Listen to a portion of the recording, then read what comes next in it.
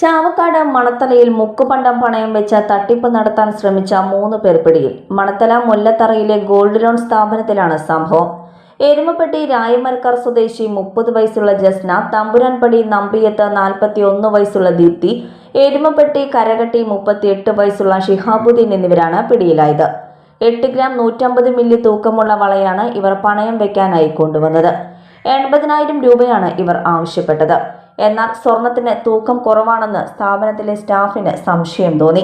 ഉടമയെ വിവരമറിയിച്ചു. സ്ഥാപന ഉടമ തട്ടാനെയും കൂട്ടി സ്ഥാപനത്തിലെത്തി പരിശോധിച്ചപ്പോഴാണ് ഇത് മുക്കുപണ്ടമാണെന്ന് തിരിച്ചറിഞ്ഞത്. തുടർന്ന് പ്രതികളെ റൂമിന്റെ വാതിൽ പുറത്തുനിന്ന് കുറ്റിയിട്ട് തടഞ്ഞു.